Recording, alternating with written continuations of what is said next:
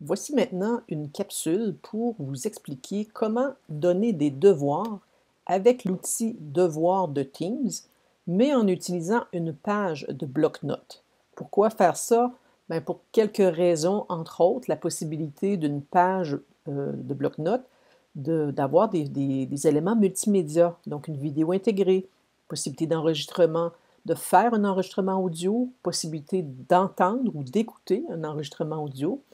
Également, la possibilité de gérer le travail via l'interface de devoir avec une date de fin. Donc, on comprend que quand on donne des travaux en distribuant dans des carnets et qu'on fait juste examiner, on n'a pas le contrôle de stopper l'écriture à un moment donné. Donc, avec l'outil devoir, ça va nous ajouter quelques fonctions que je viens de vous énumérer. Alors, sans plus tarder, on va se rendre dans l'outil devoir.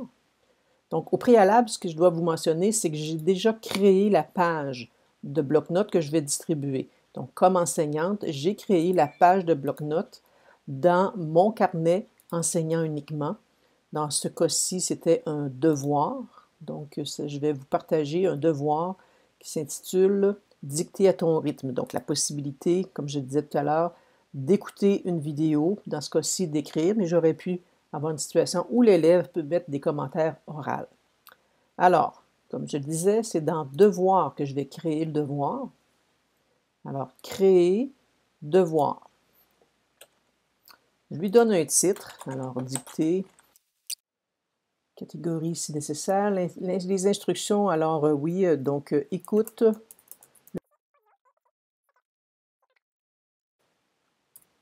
Ici, je vais joindre un fichier. Ici, ce serait dans le cas nouveau où je n'aurais pas créé au préalable devoir. Donc, dans mon cas, il existe déjà. Je vais aller dans Joindre. Et je vais choisir l'option d'aller chercher le fichier dans un bloc-notes pour la classe.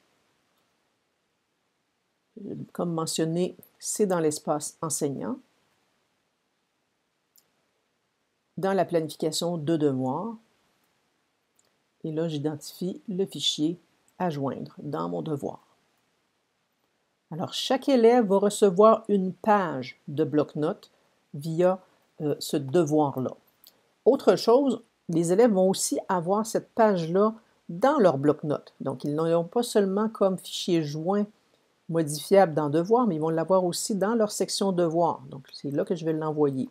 Et comme mentionné, si je mets une date limite, une heure limite, une échéance, ce devoir-là, au moment où j'ai choisi de l'échéance, les élèves ne pourront plus écrire, même si ça se retrouve dans leur bloc-notes. Alors ici, bon, les points, je peux allouer des points comme on le fait habituellement, bloc-notes, tous les étudiants. L'échéance, donc, par défaut, c'est toujours le lendemain à minuit. Donc, dans mon cas, je vais dire aujourd'hui, c'est un devoir que je veux, un travail que je vais faire aujourd'hui, je veux qu'à 14 heures, ce soit terminé. Donc, à 14 heures, les élèves ne pourront plus écrire dedans.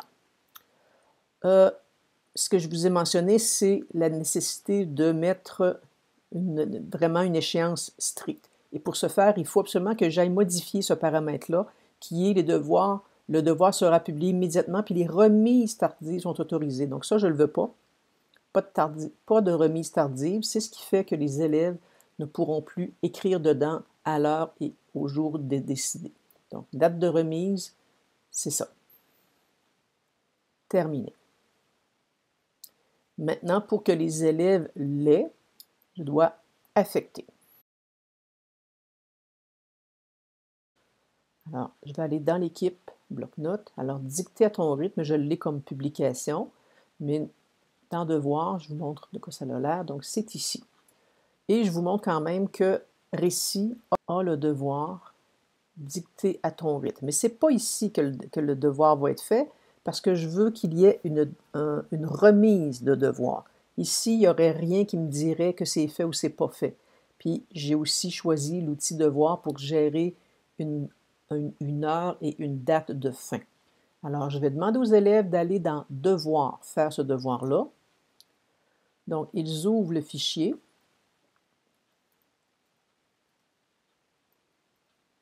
Et selon la consigne, ils écoutent ici la dictée qui est faite. Alors, on a le bouton pause, on peut reculer, avancer, ça peut nous aider. Donc, les élèves vont pouvoir écrire dans une boîte de texte que je leur ai fait, mais ils auraient pu la faire eux-mêmes. Donc, quand c'est terminé, si j'ai juste terminé, je fais fermer, mais si j'ai terminé complètement, que je n'y reviendrai plus, je procède à la remise comme ça. Et cette remise-là donne accès à mon enseignant à faire une correction via l'outil Devoir. Donc, l'élève maintenant que l'heure de tombée ou de remise est passée, je vais essayer de récupérer mon devoir. Donc, ce n'est plus possible d'annuler ma remise. Donc, ça veut dire que l'enseignant, lui, peut procéder à la correction. Je vais vous prouver que même la même feuille, le même devoir qui a été également déposé dans le bloc-notes de l'élève ne peut pas écrire dedans. Donc, si je vais dans Devoir, dicter à mon rythme, voilà, cette page est verrouillée et ne peut pas être modifiée pour l'instant. Donc, l'élève qui veut continuer d'écrire ne peut plus le faire. Donc, c'est l'avantage qu'il y a d'utiliser l'outil Devoir. Donc, on travaille en dehors du bloc-notes, mais on utilise une page de bloc-notes qui va rester aussi dans le cahier de l'élève. C'est ce qui est le fun. Donc, ce qui fait l'élève dans l'outil Devoir, il va également, c'est la même page qui va se retrouver dans le bloc-notes.